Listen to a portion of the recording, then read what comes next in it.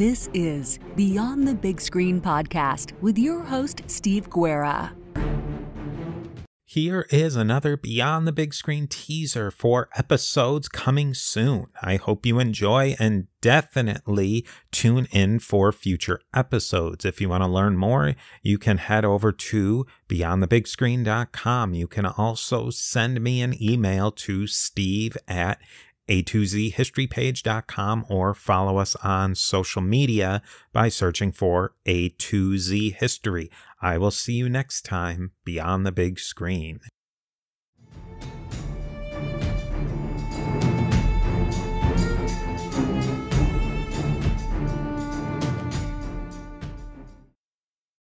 Yeah, it seems like that there was a real blending. It wasn't a clear dichotomy between really science and pure health and then the patent medicine snake oil. There was kind of a blending. And I think, would you say because all of these things were so new, they were trying a lot of different things, and some things that might seem like total, almost like quack science to us today were really a part of the process of learning what this material was useful for.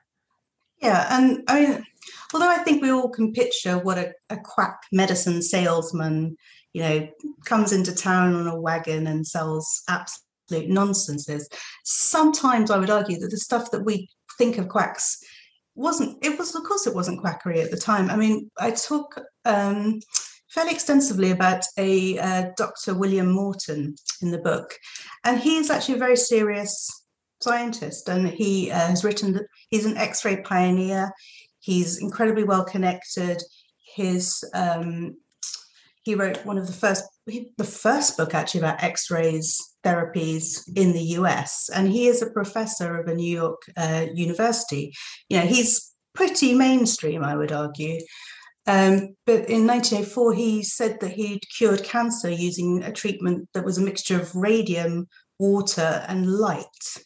And his idea was that you would drink a mixture of water and quinine glows when it's exposed to UV lights.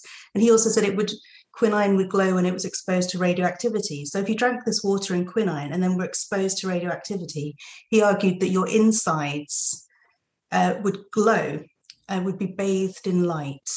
And that could cure you because it was getting rid of the bacteria in your body through the healing powers of light. Now that sounds absolute nonsense, but at the time it was taken incredibly seriously by a lot of people. It was the following year it was proven that it wasn't right, and he hadn't cured these people's cancers through this treatment.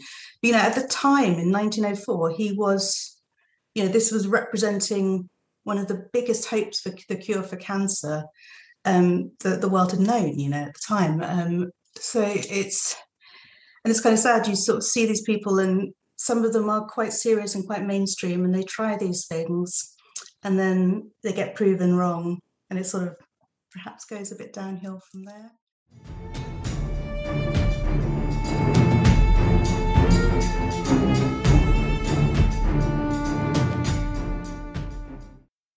I find it really interesting. This group of scientists that were working in the very early 20th century. To me, I wasn't a big follower of sports in high school, but when you read the list of these names, it was like all my idols were at this conference. Why at this particular time? What was going on that made physics have such a, for the lack of a better word, a quantum leap in knowledge? It seems like at this time period, so much changed. What were maybe the things that happened in preceding that allowed this to happen? Well, it's a good point you bring up. Until the end of the 19th century, beginning of the 20th, concepts of physics were ingrained in most physicists around the world. These concepts were Newtonian physics concepts. Isaac Newton had 250 years earlier come up with the concept of gravity and laws of motion and understanding the nature of light as a form of energy.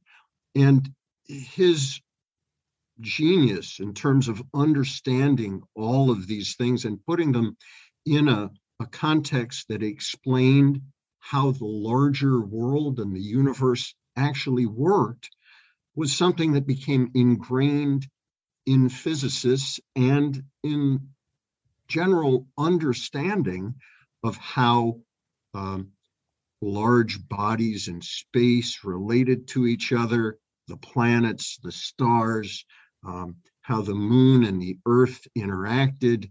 And all of those types of things were very much, over the course of a couple hundred years, ingrained in scientific thought.